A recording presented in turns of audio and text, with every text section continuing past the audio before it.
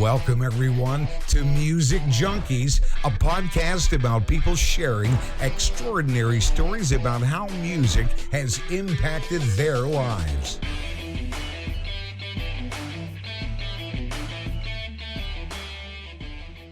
All right, welcome everyone to Music Junkies. I'm your host, Annette Smith, and today, our guest, I'm super excited. We've been chatting for like a half an hour, I feel like, before we even got started, but he is a singer and member of the Goth metal duo Two Shadows, which I'm jacked. He's in Vancouver, BC. We love Vancouver. Cheers to that.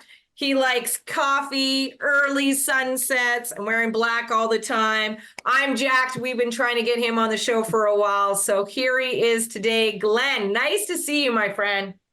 Thank you so much for having me, Annette. I'm stoked we made this happen. This was possibly the longest message chain in history to get here. So we put in the work, and we're finally here, and we're doing this thing. So thank you very much for having me. And we're both from the island, which is crazy, both from Nanaimo. So we were reminiscing about all our stomping grounds and all the bad things that we used to do growing up. But before we touch base on all of that stuff, what was your experience, Glenn, putting your playlist together for me today? It was fun, actually. It was labeled as homework, and I was like, oh no, I actually need to do a thing for an interview. I was like, I need to actually put work in. Like, oh no, this is a disaster. What am I going to do? And then it was actually fun. I enjoyed it. I used to make a lot of playlists on Spotify, except I'm terrible at them because, like you said, keep it reasonable at 10-ish songs or whatever. And that was a challenge. I instantly had like 30. And then had to go backwards. My one playlist that I listened to the most was I called it like Glenn's top 10 songs, and I think it had like over 1,000 songs in it. So once I get going on the playlists, it's a momentum type situation. It's hard to stop, but I'm feeling good about this one. This was nice. I definitely went backwards from 30 to get just the kind of the most interesting songs. It's weird. It's a weird playlist, but I'm excited. I like it. It's funny because I when I first started the show, probably in my second year, I had a guy send me 7 hours, like 7-hour playlist. And I was like, hey, you got to drop it down to like 10. He's like, honestly, you could pick any of those songs and I would have a story. And I was like, sounds like a challenge. Let's try it. And it was amazing. Yeah. But it was like 6 hours of music. And I was like, this is so cool. That's a lot. All the memories of all of those, like you would have like a cool story for every, like it was impressive. I was like, wow, good for you. Yeah, mine get out of the way as soon as you're like, oh, I can't pick a song from this album. I got to add the whole album. Then it's over. As soon as you do that, you've got a 6-hour long playlist. And I think that's how it happens. So I've been there. I love it. All right, we're gonna get started on your first song. I love it. Oh boy, I don't remember these songs also. So this is gonna be fun. Oh yeah. Sounds terrible.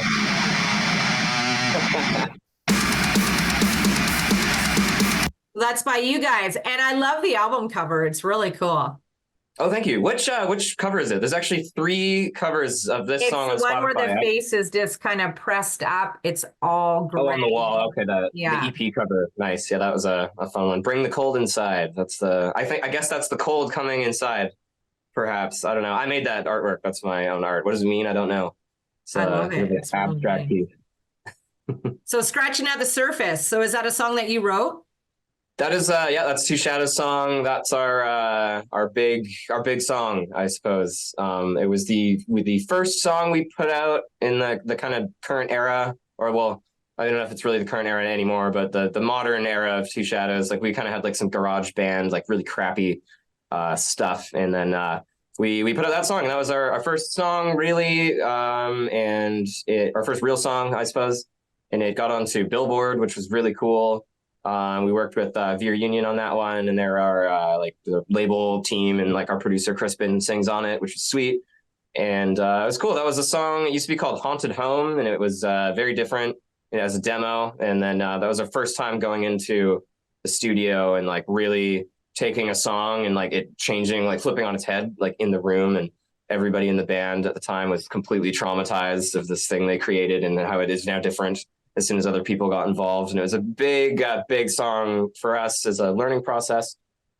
Big song because it was actually like successful, which is rare successful songs are few and far between these days. There's a lot of songs, and it's a big one for us, and it's one that people know the words to live, and it's a really special song to us, and I love that song forever. But I've heard it like a billion times. I've played it a lot. I've even played it more than once at the same show too. It's and it's also, I think it's the hardest song to do live because the band refused to drop the key down. Sometimes I like to lower the key of a song if it's kind of hard to sing, just to make my life easier. But they won't do it on this one.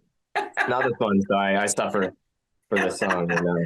So you made a couple comments, right, about just kind of going in the studio and you guys all kind of had an idea.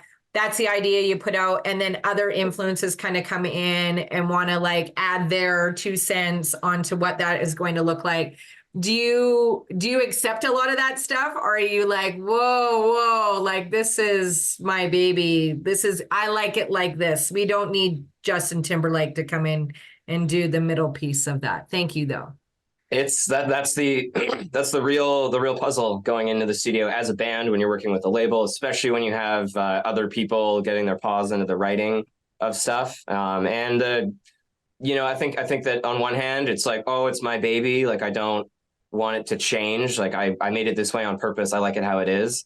And then there's like on the flip side, like it could be, if you can let go of like the ego and about yourself and just think of the song as like a separate thing, the song a lot of the times can be better, maybe not every time, but you really got to know when to say yes, when to say no, when like, this is a good idea, that's too much. It's a tricky balance, and I think that's the whole process. It's like the art of it all is knowing how to kind of navigate that and kind of, I don't know, be in charge and stuff like that. And usually it's the vocal melodies and stuff that are the big point, because you got to have the hooks and the big choruses and all that stuff. So it's usually me, and it's all my material a lot of the time that's getting really analyzed. So it's happened a lot, and I know these ropes now, but that first time was crazy. But it was actually cool on that song because a lot of people wrote a lot of parts, and almost everybody's stuff got the axe except mine and Trist's at the time, back when there were more people in the band. So that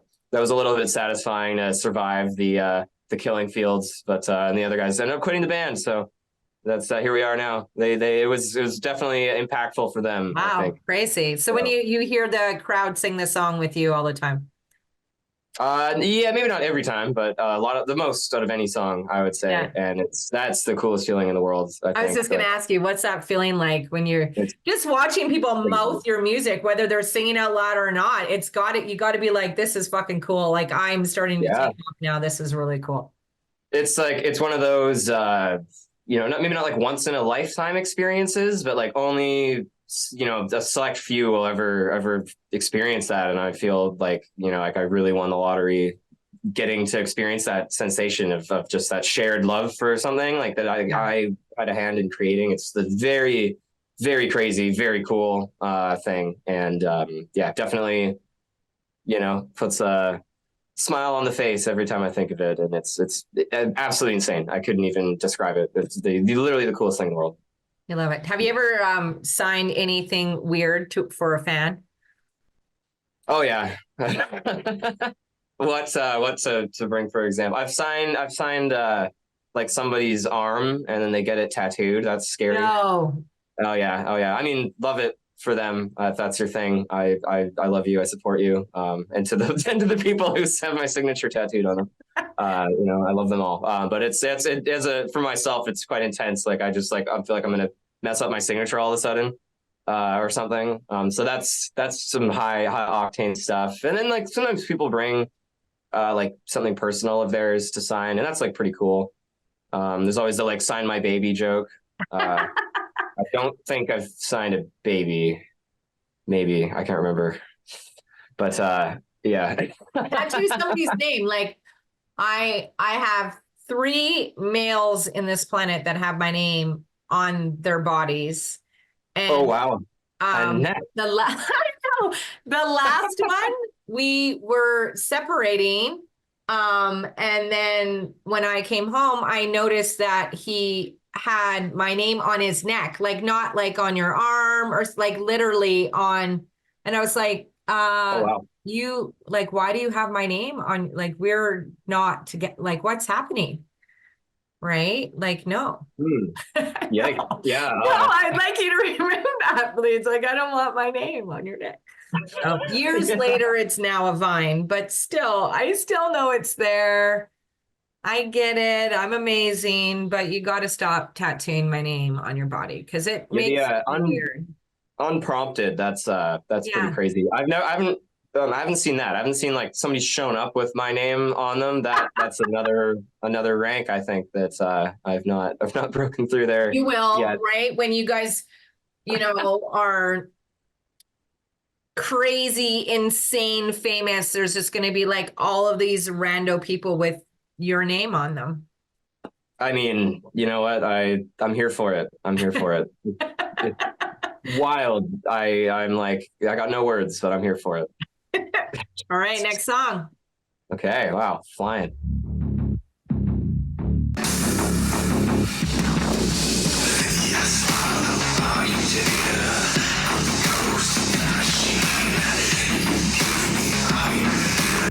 Kind of has a Marilyn Manson vibe, hey? It does actually at the beginning. I hadn't noticed that. It sounds kind of different coming through like my system here than like speakers with the Zoom call and stuff. But yeah, definitely it's like got a pretty Manson-y intro, which I hadn't realized. But go figure. Yeah, that one is Merchant of the Void by Three Teeth. They just put out an industrial album and it's just so good. And I think we on the way back from the last tour, our drummer Josh threw it on and like everybody in the bus was like, what is that? And it was like, oh, it's new Three Teeth. And we were like, yo, turn it up. And then Tristan and I have listened to it to death. Like we practically can't even listen to the album anymore because we've heard it so many times. We keep putting it on. But it's just so good. It's just like really new industrial music. It's got Mick Gordon on there. He's been on fire lately. And just the production quality is amazing. Like the beats, all that stuff. It's just really solid, like modern industrial music, and that's something that we love. And that's, I don't know, that album is just like so huge. It's hard to even like, it hasn't been out long enough to like to talk about like what it's done and stuff. It's like still pretty new, like a couple months old, maybe. Yeah. Maybe not that song, but the album anyway. And it's just so good, and it's inspiring. I think some of the newer Two Shadows music, just getting more of that modern industrial flavor in there, but. Yeah, it just kicks ass. That's just what it is. It kicks ass. Tons of ass is being kicked. What's been your favorite show that you've played so far? One that kind of stands out? Oh, wow. Hard to pick one show. The one that always comes to mind, I think, for us is the biggest show, which we played in Sioux City, Iowa, randomly. We were touring with the Veer Union, and we ended up opening for Hinder, which was the randomest thing. And there was like over 300 people at that show, I think. And like we've been playing to like bars to like almost nobody the whole time. And then suddenly there was 300 people all there and they were all stoked. And that was pretty crazy. That was a lot for sure. That was a lot on the mind, I think, just that experience. But it was super, super cool. Great night. I don't know, that one's memorable in that way, but like, I don't know, a lot of the time the funnest shows is when like we played in Cleveland recently, and we got there a day early and we made friends with like a whole bunch of people, and like we knew everyone and that worked at the venue and stuff like that. And it was like kind of felt like it had more of like a family kind of feel to it. And that's really sweet. Similar to when we played our hometown in Vancouver. That was a really great show too. But it's just fun when you know everybody, and it's like, you're with the squad, and you kind of like go up and play the show, and it's like, woohoo, and you come off and you're still hanging out. And I don't know. It's also more fun when your friends and your people are there. I agree. So. Do you have any rituals before you get on stage? You got to do something? Not really. We're like a really, really non-superstitious group, which is like maybe surprising given the kind of goth-y occult sort of nature of our art, but like no, we're not superstitious at all. I have no ritual. If I think about the show like too much before I go on, I'll psych myself out and I'll screw up, or I'll miss a cue or something. So I don't think about it at all. I do like a warm up because like if I don't warm up, then I'll suck. So but like the warm up is like not even like I don't even think about it the same way as the show. It's just like before I go on stage, I must do a warm up. Sometimes that's as I'm walking on. Sometimes it's an hour before.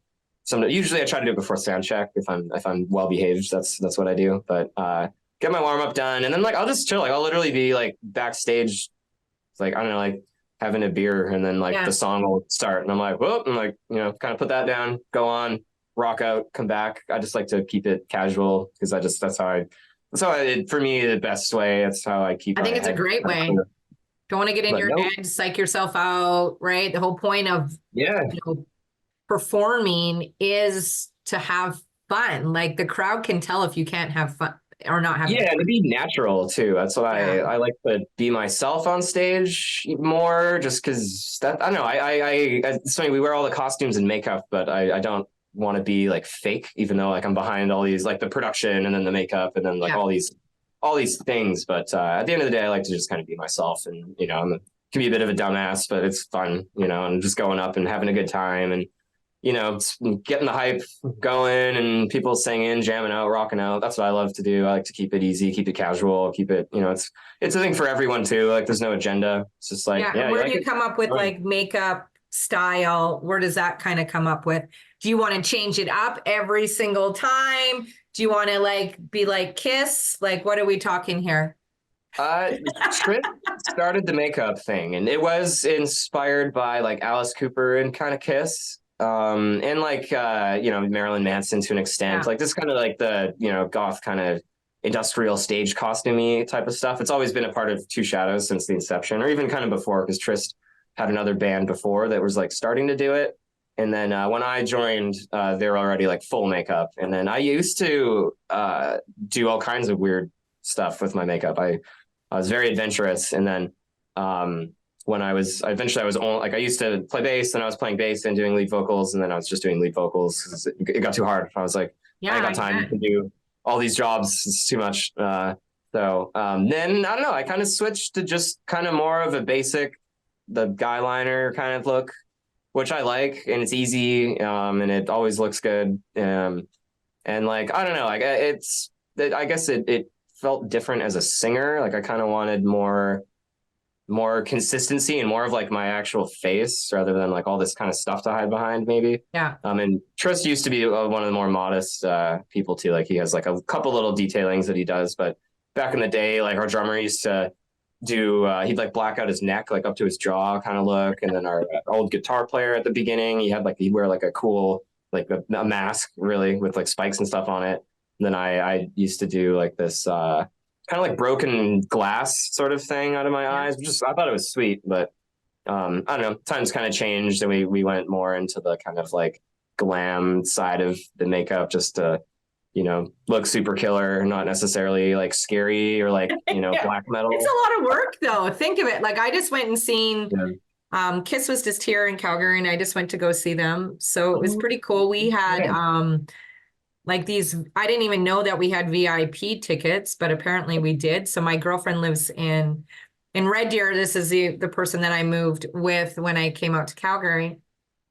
And she was like, I text because I'm like, you need to be here. Apparently we have VIP. And she's like, what? So I'm like, you need to be here at like 2:00. We got to go down there. So we had like just a private show, like maybe 100 people, just like a private show. So they didn't have their makeup on, right? So which is cool. We had a question and answer, which was like awesome. We had so much fun. It was like pretty cool just to kind of hang out with the band a little bit. But then, they did their performance, obviously full makeup, full gear. And it was just really cool to see like both sides of it. But think of how many shows they've did, say 340 shows a year when they were like in their prime, right? And putting that makeup on like there had to have been a time when they're like, fuck, they were probably happy that couple years were like, we don't want to wear makeup. Like we're good. Like, let's just go out there with this. Right. Cause it becomes a lot. You got to remember, like, it's like the Band-Aid, like that might've been a bad choice. Like, was that Nelly who had a Band-Aid? And you're like, dude, like who had the Band-Aid? I think it was like Nelly or something like that. I can't remember. I'm not sure.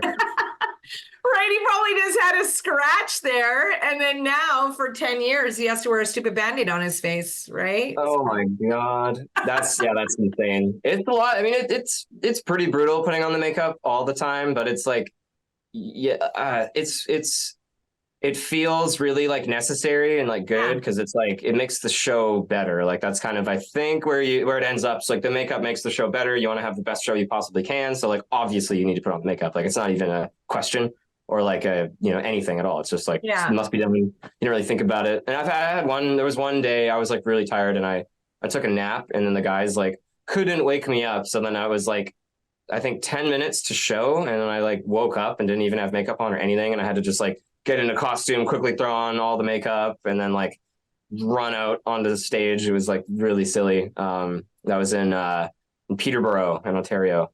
Fun, super fun show. Actually, it was such a ride. It was one of the goofiest shows I think we've ever played. It was like we had a day off and we did a show like last minute, and then it was pretty cool. And the people that came were super fun and like partying, and then we were just like it was such a random show and the most random situation. So it was a super loose, super fun show. So of all the shows for it to happen, I'm glad it was that one because it was it was a hit. It was funny. Everybody loved it. But like, don't want to be doing that all the time. I like to kind of be punctual and at least get there before the song starts. That's kind of the intention. That's I would say. All right, next song. Let's do it. All right.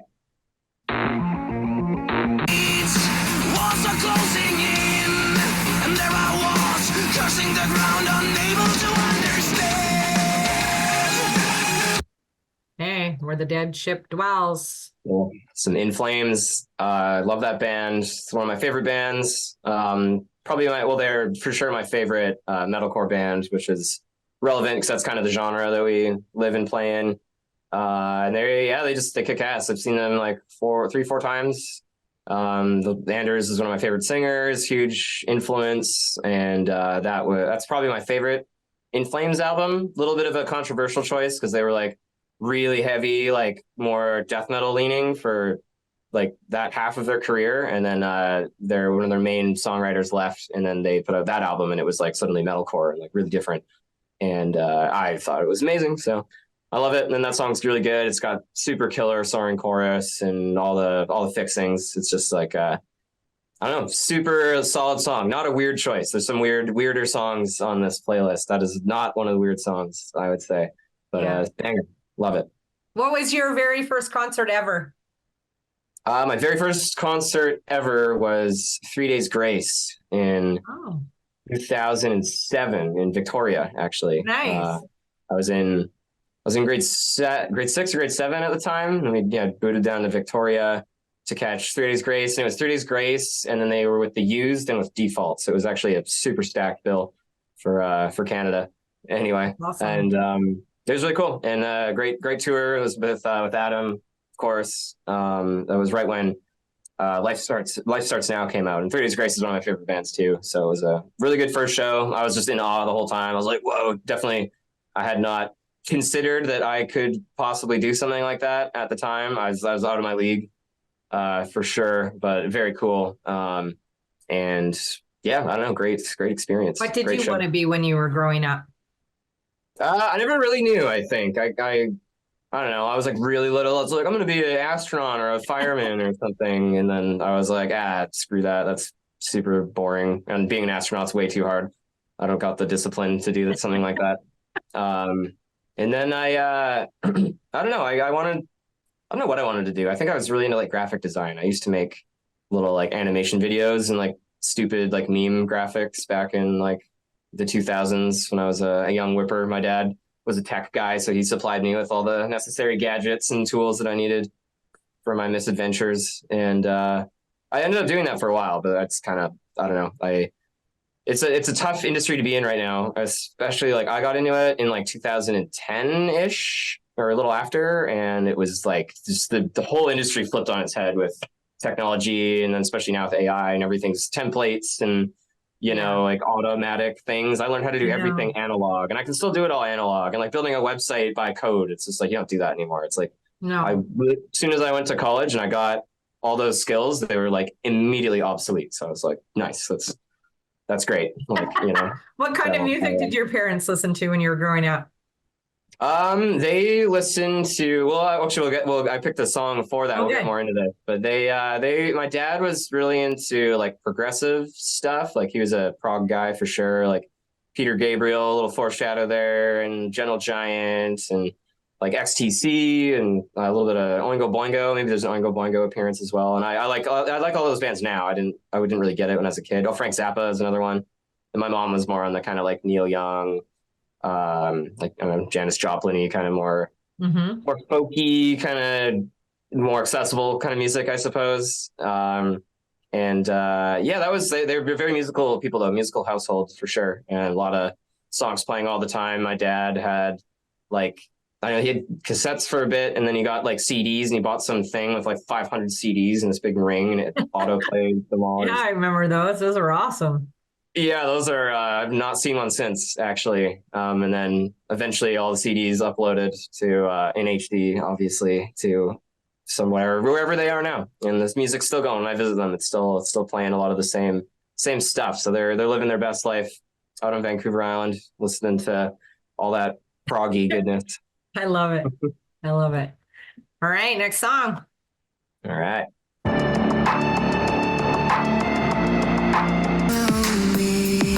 So Out of My Head.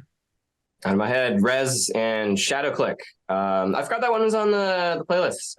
Had to include it for a couple of reasons. Rez is sweet. Love Rez. Great artist. Love that kind of like dark electronic, kind of like darker side of EDM type of stuff. It's super, super cool. So I love Rez, and Tris loves Rez quite a lot. And then that song is cool because we played a show in LA with Shadow Click and met them, and then we kind of we hit it off. We both really liked each other's like art and stuff. And the singer Annie on the Rez song is super rad in real life, and they've been like really on like a good stride. Shadow Click has, but they apparently they hit up Rez on like Twitter or something. It was like, oh, it'd be so cool to do a song, and then Rez was just like, yeah, let's do it. And then they did like that song, so it was like this awesome band that like we love, and then Rez, which we love also, and they did a song together, and it was just like, hell yeah, like that's goals. That's the dream come true for sure. So it was really cool to see, and the song itself is really, really good.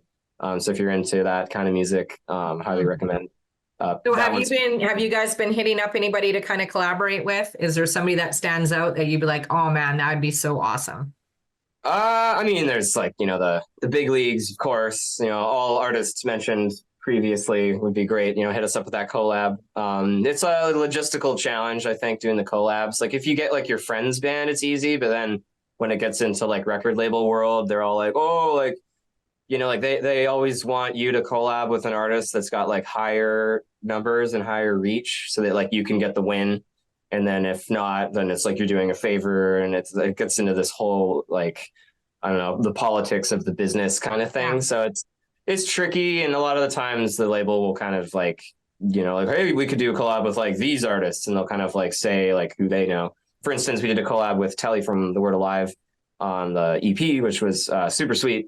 And like Telly is one of those like high class, high tier artists, like really good, like Warped Tour guy, all these things. And absolutely crushed the parts on the song. So that was really cool about it. I don't know how to pick who I would want to collab with. I mean, the list is long. Who is actually possible that we could get? I don't even know. Yeah. So it's, I don't know, hard to say. I don't know. Are you listening to metal music kind of growing up? Like, what did you listen to in high school? I think before high school, I listened to like a lot of rock, a lot of like, Breaking Benjamin was a really big band for me, and 3 Days Grace, of course, and that kind of stuff. Bit of the butt rock territory. Love that music. And then in high school, I got into like the heavy stuff, like death metal and black metal, and your Cannibal Corpse, and I like the like melodic death metal, and that kind of had its moment, which was In Flames back then, and like Arch Enemy. So many of those bands, and then more in the metalcore stuff like Bullet for My Valentine, and like the list goes on. But it kind of got heavier for me in high school, and then after high school, I when I got a guitar, I was like all heavy, just shred all day. Like Mick Thompson from Slipknot, he has this one guitar lesson. He's just like, it was super fast thing. He's like, all right, for anyone who's wanting to know how to play like super fast like this, and he just shreds, and he's like, all you do is you take your picking hand and you just go up, down on the string as fast as you can, for as long as you can every day until you can do this. And, and like that was it. And I was like, all right, sounds good, Nick Thompson. And that's exactly what I did. And until I could. Was that your first really song you ever learned on guitar? First song, yeah. First song I ever learned on guitar is a song by this band called Demon Hunter, and it's called oh my goodness, what is that song called? I don't remember the name of the song. It's been a long time. It's oh, that's brutal. That should have been on the playlist. It's from an album called The World is a Thorn, and it's a super heavy song, and it has that fast tremolo picking in it. Yeah. Of course. I'm gonna remember it later, and I'm gonna scream it really loud. So when I start randomly yelling at song titles, you'll know. Good. All right, next song, some 9 Inch Nails.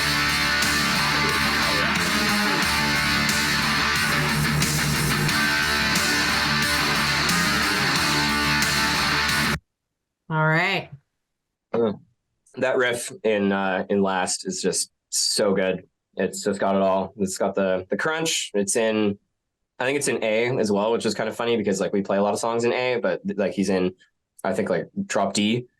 So a lot of those big A moments, like it's kind of funny. People used to just play on the A string back in the day, but now we just tune all of our guitars down to get to that same A. So it's kind of an interesting guitar evolution. But that riff is like, I don't know, pinnacle for me. It just slaps. It's got that sick kick snare industrial beat. Gotta love that. And yeah, gotta have 9 Inch Nails in somewhere in the playlist. They're huge. One of the, I don't know, such an influential band and like influential in the industry. Trent Reznor, influential person, just like massive. Everything a band could be, like 9 Inch Nails has got it on like 11. So they're just, I don't know, one of the best examples, I'd say. But yeah, I love 9 Inch Nails. That's my favorite 9 Inch Nails song. It's just, yeah, it's crunchy, it's angry. That EP is really good too. But yeah, I don't know what to say about 9 Inch Nails. Hey, they're good. That's all you have to say. So what kind of motivates you, Glenn, to work harder? What motivates me to work harder? Yeah. Not enough. No, just kidding. Like, are you lazy? I'm as lazy as possible. That's how I would describe it. I will, like, you know, if there's a system to do something and I can like optimize it just to make it a little bit more lazy, like not like cutting corners and not like putting anything in jeopardy, but just to speed stuff up. I'm just like, you know, so much work to do. We want less work, more enjoyment. That's the goal. Yeah, So I agree. I think we need more of that stuff. And I know that the world is changing and people are not getting used to it. Like some of it, like you were talking about, just with, you know, design and, you know, coding a website and all of that kind of stuff where you just go and kind of do it and it's done. There's like a good and the bad of each of that, where it's like, depending on the day, that would be really nice to have. And then the days where you're like, no, I think that would be really fun. I'd like to still kind of do that. So. Yeah. Oh, it's so true. It's so true. But yeah, I don't know. Sorry. What like, I was really following you there. No, just like what kind of motivates you to work harder? Like, are you one of those kind of people, let's say that, are you kind of motivating everybody to kind of go get something done, or do you need kind of external motivation for you to get stuff done? I probably more external motivation, I'd say. Trist is maybe the answer to the question. That guy is insane. Like, he is full speed at all times. I think that our partnership works well because he's so like action like all the time. I'm good at kind of like maybe steering it a little bit. Like, instead of like doing like 10 things to accomplish the goal this way, we could do like 5 things if we did it that way, you know? And it's like, oh, okay, cool. And we'll kind of go around, you know, change the process like that. Work really well together, it sounds like. Yeah. Oh, definitely. I you know, I certainly would not be this far without Tris, and he would say the same thing. But yeah, we meet up. We met for, he actually hired me on to do a tour in 2018. I was in Calgary. He was in Vancouver. And through this weird, like, friend of a friend, super random, most random connection ever, they needed a bass player, and I was playing bass in a band at the time, and then that was kind of how my name got in, and then we like talked on the phone, and it was like sweet, and then I did the tour, and then right after that, like I was trying to do bands in Calgary, and he was obviously doing bands in Vancouver, and we had just the same kind of vision and like work ethic and sort of like approach to it, I guess. Like there's a lot of different ways to like do a band, obviously, and we were just on that same wavelength, and that I think kind of was the big moment. And then I was like, okay, well, he was also like over 5 years further along than I was at it, so I was like, okay, I'm just gonna like join up because this is a good, we should do this. We both knew that, and like he was like for a full Canada long tour like that, you got to be pretty far in to pull that off. So I was just kind of like sweet, and then my poor band in Calgary, I was like, sorry guys, I'm out. I was more, you can almost say I was in between bands. I had a band, broke up, and then I was like, had started another band. We had just barely started, so it was just what were the band's names? What was your band name here in Calgary? The new one didn't have a name yet, and the old one was called Octanovic, and it failed. It was going, but just we couldn't keep it together. And it was fun. It was fun while it lasted, but I don't know. We were kind of just like, it was like a noise band. It wasn't really anything. I kind of started doing other music on the side. Like I was writing music for myself. It was a lot more like melodic bass and kind of like progressive, I guess. And then the guys were kind of, it was maybe not the best move to make because it was like noisy kind of crap in the group. We couldn't really find like a way to do a melody really well, and then I was kind of like solo doing it already, so it's not the best look anyway, but obviously the band broke up and here we are, so it was for the better. Right, created room for this place to come, right? So it's exactly awesome. All right, next song. I like the intro so much. I see my demons staring at me now. Hostage. I love it. It kind of sounds like Pantera a little bit. This song. Yeah, you know what? Totally. It's definitely, I would say, heavier than Pantera, if that is possible. But yeah, especially in the intro, it's super Pantera, actually. I never realized that. That's Chelsea Grin, Hostage from Eternal Nightmare. I don't know, this if you're a deathcore fan, I'm sure you've heard of that. I'm not a huge deathcore guy, but that album knocked my socks off. That was like the kind of the first time I really heard deathcore in a way that blew me away. I think that whole album is so good. And that song is kind of like the lead single. It's like probably the biggest banger off the album, I'd say. And it's, I don't know, it's just so good. It's super heavy. It's like so heavy. Literally, it's like one chord on like the 0 fret bass, like rooted essentially, and it just kind of goes, I'm trying like the whole time. It doesn't really change at all in the whole song, but it's just rocks. It's just so good. Were you a singer in every single band you were in? Yeah, but not by choice ever. Actually, yeah, well, that's weird. I guess so. I never started singing. I always I wanted to be a guitar player forever, and then honestly what happened every time is there's either not a singer or no one that can sing, and that was always the start of it, and that's how I ended up getting into that position. And I never really cared. I was like, whatever, I'll be a backup singer. Like I was never really interested in like fronting. I think I was like really shy to front. Like singing, yes, love singing, that's cool. Fronting, I was like, that's way too much to do on top of lots of attention. It is, yeah, it definitely is. And even like what I'm doing now, it's definitely a lot of attention. Like the whole like lead singer, front person thing. Really, you get a lot of responsibility. Yeah, it is. And you gotta be quick on the mic too. But I guess in all my other bands, some of them like we didn't end up having singing at all, which may be my fault. But I don't know. That's super funny. The more I think back, I usually end up singing. But I think it's just, I'm just an ass. I'm just like, oh, like, you're not good enough. I'm going to do it. Or maybe, I don't know.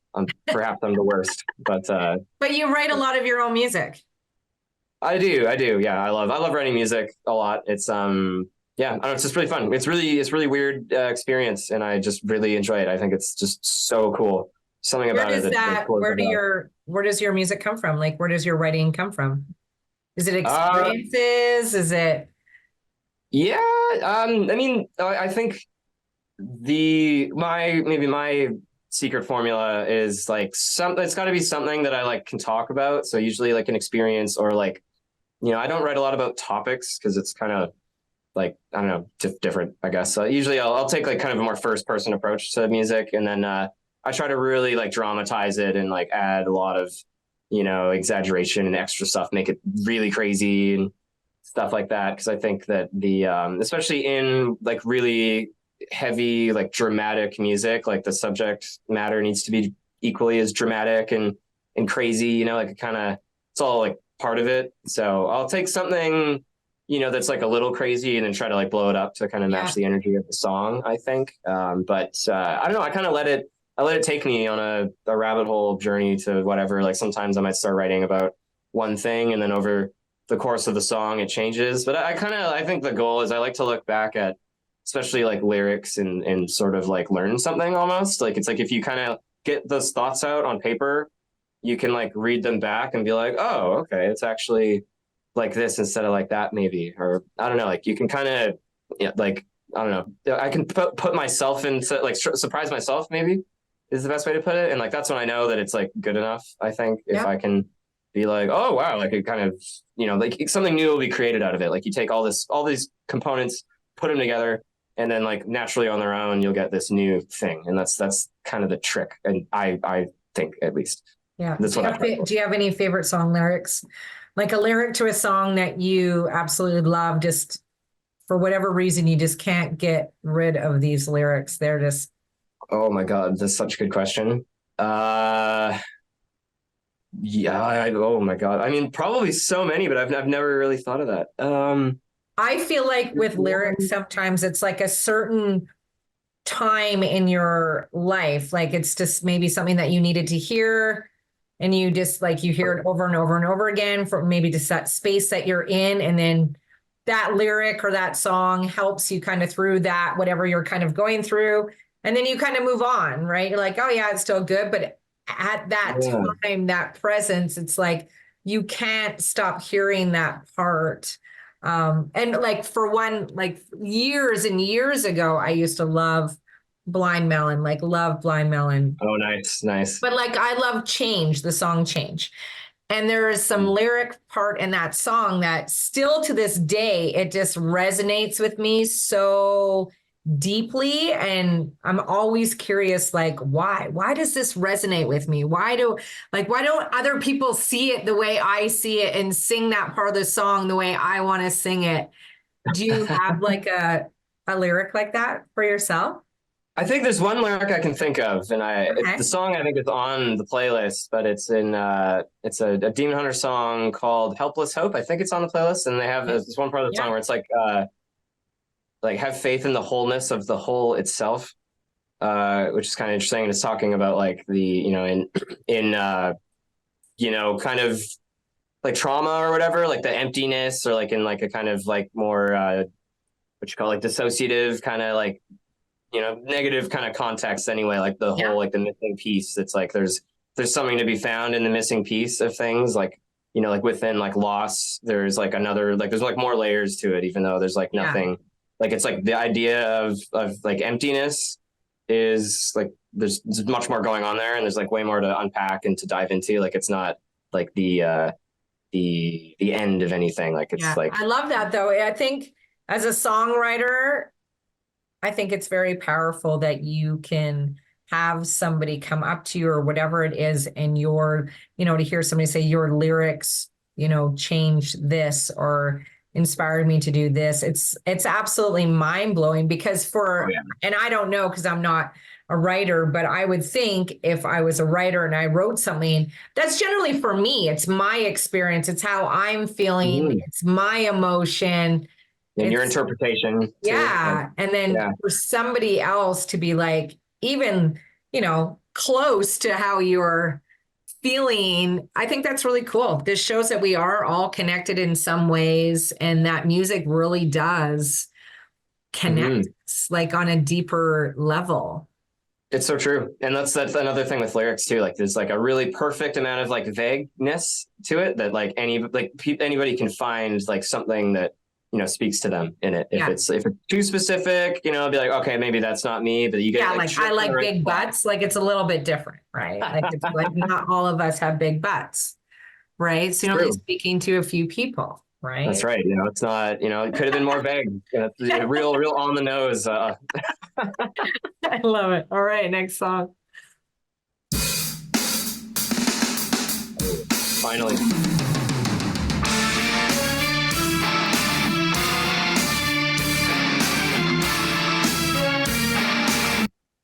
Beneath the Mire.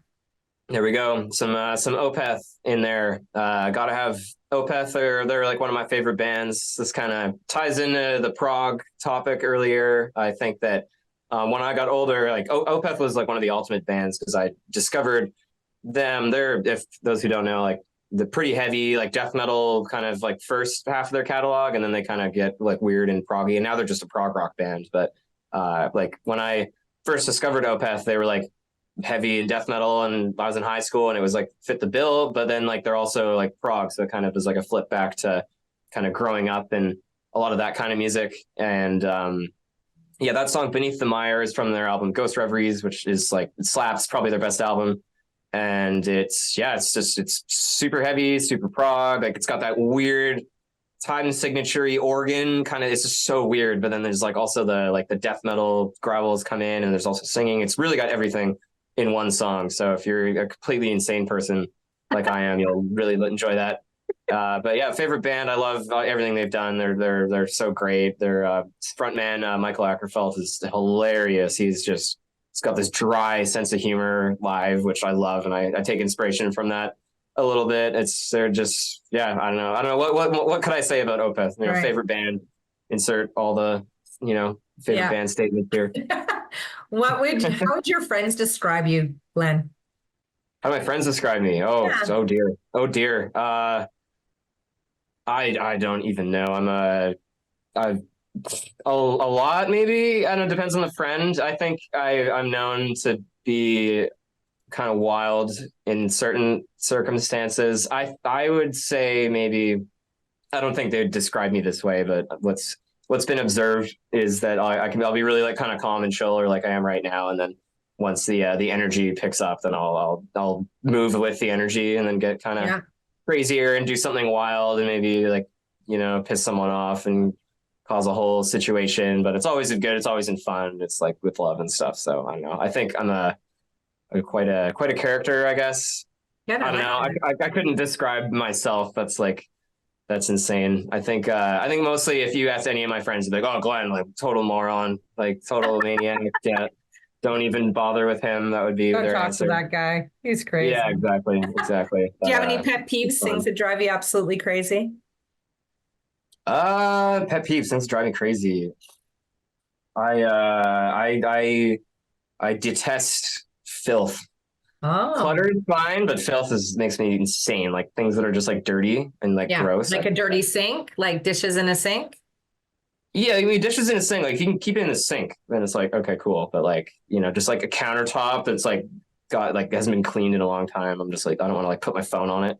You know, if you go to someone's house and the couch is like covered in cat hair and the floor is dirty, I'm like, ugh, that kind of stuff. That I wouldn't like say anything because I'm not rude, but that drives me nuts. Like I just got over a cold and like my house, I hadn't cleaned it in like days, and I was like going insane. Like literally before coming on here, I was like cleaning in my kitchen, trying to at least get the counter. It's like terrible. Like we'll finish the show and I'm gonna walk out and like have a sigh of relief. Clutter is fine. Like I love like a pile of junk, no problem. But if it's a pile of dirty junk, a huge problem with me. That'll drive me nuts. And then like living in the tour bus is like another one. Like a lot of clutter, but like no filth, no dirt, no grossness. Like that's one thing we're really good at. There's always junk everywhere, especially like water bottles is one of the worst things for us on tour for some reason. Yeah. Because they fill up the garbage so fast, they just are everywhere. But they're clean, so it's not a big deal. But if it was gross, I would go nuts. Or like the coffee cup that's still got like an inch of coffee left in it that no one's drinking, and you think it's empty, but it's not actually. And then like coffee spills. That's my biggest pet peeve, probably. I do not like filth. I feel like I grew up in filth and I cannot handle it at all. Like at all. Yeah. I do Okay. not Yeah. like that. I do not like a messy house. I do not have a lot of knickknacks, right? So I'm not like having to keep everything. I like to like purge every 3 months. This is like Nice. passed on to my children who are like 28 and 25 now. They're big purgers too. So I'm like super grateful Nice. for that. I have my box trick on my desk. If my desk is like too cluttered, I just anything that I need right now, I move aside, and everything else I just like in one fell swoop all goes into a box. And then I'm like, put the box away, and then slowly I'm like, oh, where's that thing? Oh, it's probably in the box, and I go over. I think now I've got 3 boxes of stuff, and like I don't know, it's in them. Clearly I don't need it. So That's right. All a right, quick next fix. song. Do it.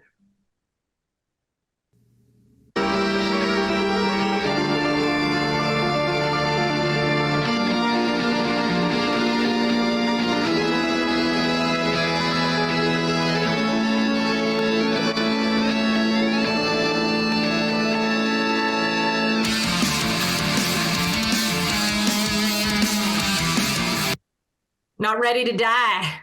Some Avenged. There it is.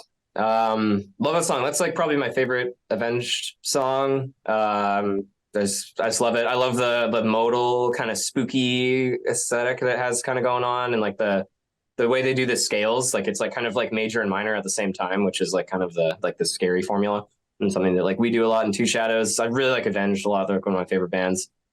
So you had to throw something in there. And I don't know, that's a fun one. I love, I really like those arpeggios too, like that riff being like, like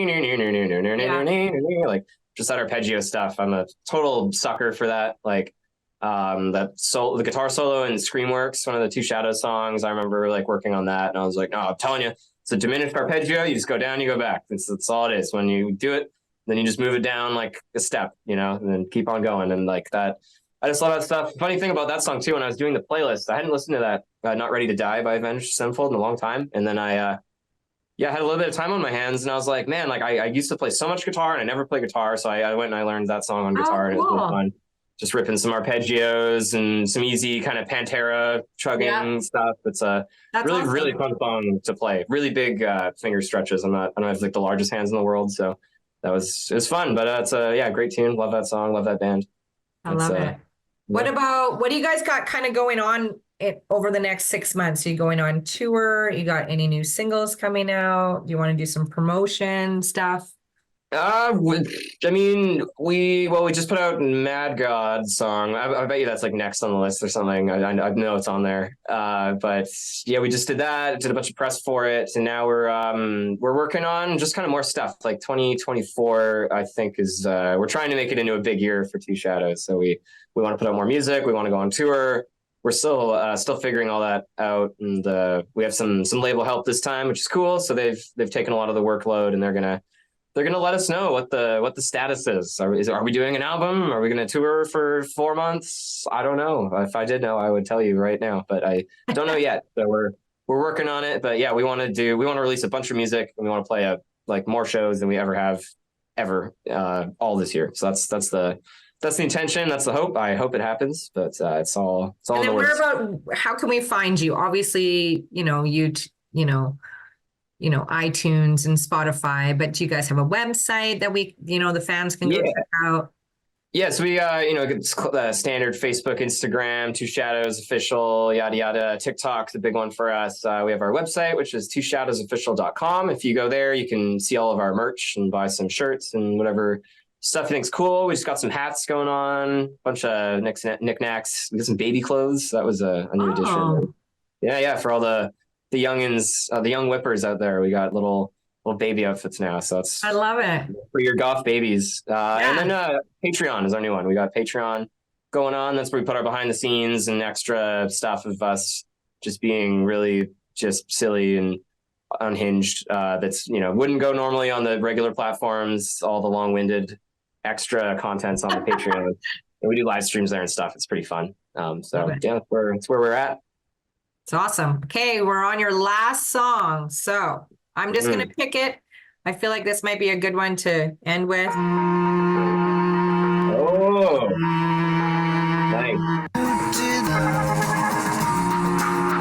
All the walls. So growing up, Peter Gabriel.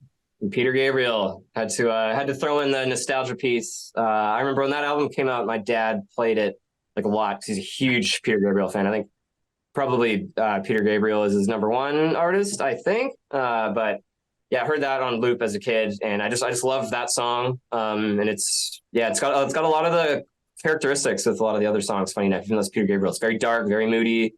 You know, he's singing about ghosts in it, and that really struck me when I was younger. And now it's kind of like it's aged really well. I think that song is aged really great, and it's a super cool tune, and yeah, it reminds me of my folks and growing up on the island and all that stuff. So it's a fun jam, fun little personal tidbit. I think musically, I don't really pull from that a ton, but it's the ultimate nostalgia song for me.